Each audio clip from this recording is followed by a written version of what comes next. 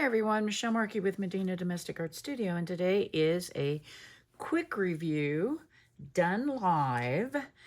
I ordered some DTFs from Amazon.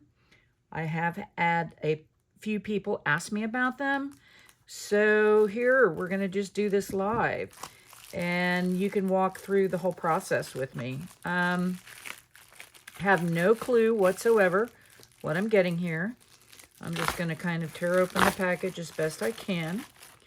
Now, I think I paid about 20 bucks for these. Get into them here real quick. I thought there were some cute flowers. I'll just rip open the bag here. There we go. Set that aside. So here we go. They do come with instructions. What I don't see is, let's open up the bag before I make comments because I can't see all the instructions clearly. Figure out a way to get into these. Here we go. Just rip open the bag. They are made in China.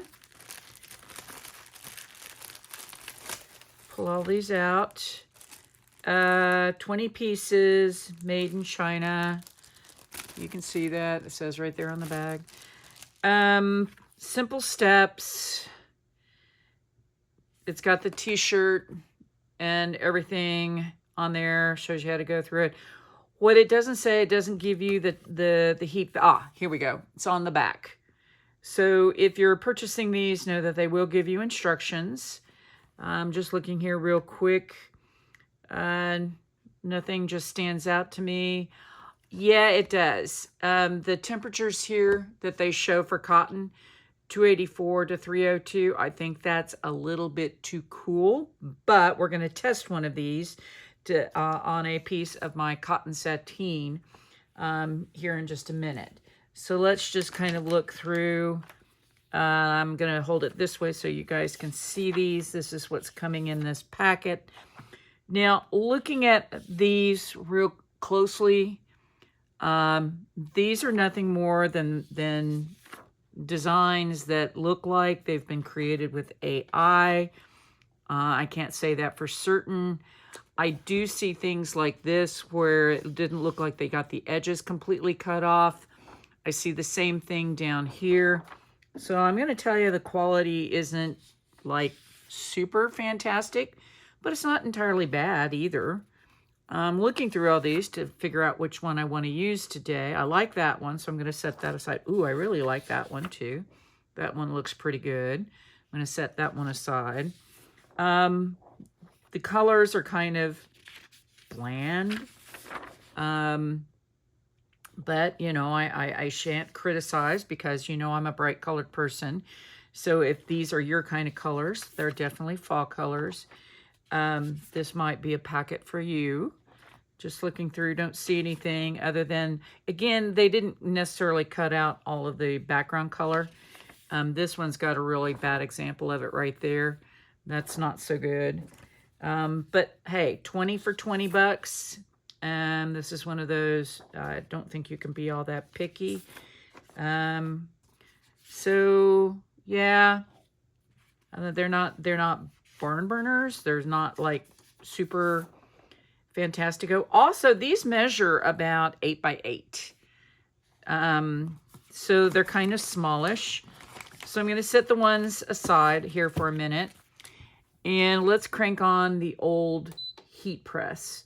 Now, while we're waiting for that to pop up, let's take a look at something that's also critical. I'm going to pull the two over. Right off the bat, I like the fact there's plenty of glue and there's plenty of the white underlay that is necessary for the colors to pop out on white fabric. So I'm kind of leaning, I think this one. I think this one's going to be my choice. I'm going to set this aside. Now I'm going to pull out this white cotton. Let's just make sure it's big enough. Yep. Now, the very first thing I'm going to do here is, while this thing is heating up, I'm going to press out the wrinkles on my cotton. By the way, there's 1,001 of these on Amazon. They're all kind of from the same kind of companies. They're probably all from China. They're very reasonably priced. But let me just say, the old saying of you get what you pay for, I think is pretty applicable in this case. Are they really super high quality designs? Meh. Again, the eye is in the beholder. All right, so let me grab a piece of parchment paper. Hopefully you can all see this. Yep. All right, straight down. Now this is going to, I've got it set at 325. Let me just do a quick test here. This is the thing I always like to tell people to do. This is an infrared gun. So we're gonna point it to the surface. And what is that coming back at? 259. So it's not quite hot enough. But since the instructions said to do it between 284 and 302, I'm actually going to go ahead and take my temperature down. I'm going to take it down to 302 or 305 because I honestly don't think that the temperature is all that great. So again, let's do another test. It's coming in at 296. Okay, that's good enough. That's in the range of what they requested. They also say 10 to 15 seconds. So I'm going to hit the timer. Now I'm pushing. If you can tell, I've got the weight of my body pushing down on the heat press. Love this heat press, by the way. I can't say enough about it. Now, just because this is me, I'm just going to give it a quick iron back and forth to really push that ink down. Of course, the instructions do call for a cold press. So, oh, that looks okay so far that I can see. Now, here's what I do. Very professional. In order to cool this down a bit, I wave it around. That will help really cool it down quickly. I've gotten quite impatient with these things. I used to tell people, yeah, wait 5-10 minutes. Yeah, I try to keep it under a minute now if I can. Okay, so let's see. Nope, still a little warm. Always do the heat touch. That's always going to tell you. Like I told you guys, this is live.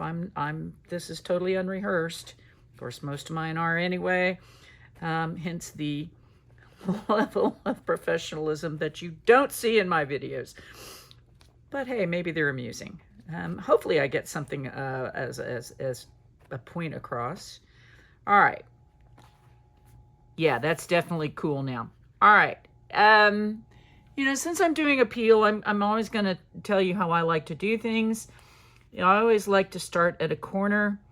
I like to just slowly peel away. Okay, good peel. Very good peel. I also like to hold down with my hand to make sure the plastic doesn't try to pull the ink up with it. Again, just holding down with my hand. I feel it catching a bit, so I'll just hold it down. Okay, good peel, nothing left on the back. All right, now the next step that you should always do with any DTF is come back over it and give it a good press. This helps set the ink, make sure that you catch any bubbles. It also takes a bit of the gloss off. I like a matte finish. I don't know, there's various different types of ink. You know, you'll just have to check it out for yourself. All right, there you go. You know, it went on fine. It went on the way it should. I will tell you, you know, if you look here, you know, that's not very, very clean. Kind of same thing down here. It definitely, when they cut the DTF out of whatever image this is, I can't say that they did the cleanest job, but hey, y'all, this was $1. This was $1. So if this is satisfactory to you, by all means, go to Amazon, order some of the DTFs that they have out here. I'm just going to say that the quality isn't the highest, but it isn't horrendous either.